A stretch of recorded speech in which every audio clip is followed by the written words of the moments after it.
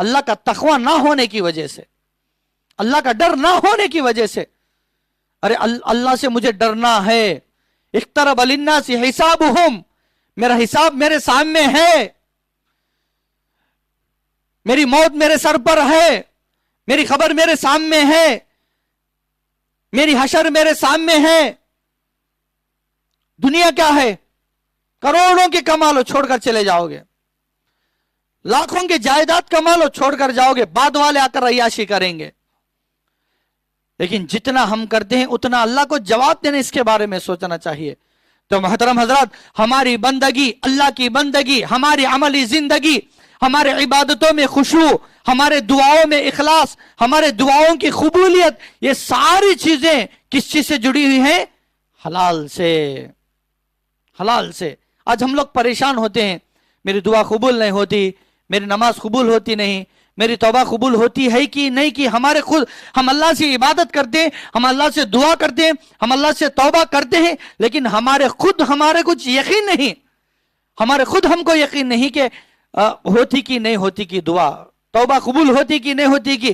اللہ تعالیٰ سے میں مانگا تھا نماز پڑھ کے، اللہ مجھے دیتا کی نہیں. ہم کو خود شک ہے. اللہ کی عبادت تو کرتے ہیں برائے نام، لیکن شک کی عبادت کر رہے ہیں. یہ شک بھی ہمارے ذہن میں نہیں آنا بولے تو ہمارا کھانا پینا پہننا ساری چیزیں حلال اور جائز طریقے سے ہو تو اللہ تعالیٰ خود بخود ہمارے عبادت میں، ہمارے سارے نیکیوں میں خلوص پیدا کرے گا، خشوع پیدا کرے گا، خضوع پیدا کرے گا. اور اللہ تبارک و تعالیٰ ہمارے ذہنوں کو حرام چیزوں، حرام راستوں سے بھی کیا ہے، ہمارے ذہنوں کو گمراہ نہیں کرے گا، ہمارے ذہنوں کو نہیں بدلائے گا. اللہ تعالیٰ ہمارے دلوں کو نہیں بدلائے گا گمراہی کے راستے کی طرف، حرام چیزوں کی طرف، حرام راستے کی طرف. ان چیزوں کے بارے میں خیال کرنا ہے. کون خیال کرنا؟ ایمان والے ہی. ایمان والو، اللہ سے ڈرو، حرام چیزوں سے بچو اور حلال چیزوں کا اختیار کرو. بے شک اللہ تعالیٰ بے نیاز ہے، بے شک اللہ تبارک و تعالیٰ غنی ہے، بے شک اللہ تبارک و تعالیٰ ضرورت پوری کرنے والا ہے. تمہارے حاجتوں کو، تمہارے مرادوں کو، ساری چیزوں کو دیکھنے والا اللہ تبارک و تعالیٰ ہے. تم دنیا کی ہرس میں پڑھ کر کیا ہے، حرام کی زندگی مت گزارو. اللہ تبارک و تعالیٰ سے توبہ کرو. اگر تم سچے ہو اور تم سچی اللہ ہی کی عبادت کر رہے ہو، اللہ تبارک و تعالیٰ اس بات کی نصیحت قرآن مجید کی بہت ساری آیتیں ہمیں دلیل کے طور پر ملتے ہیں. تو بہرحال حلال بیپار کرنا، حلال مال کمانا اور حلال طریقے سے اللہ کے راستے میں بھی خرچ کرنا.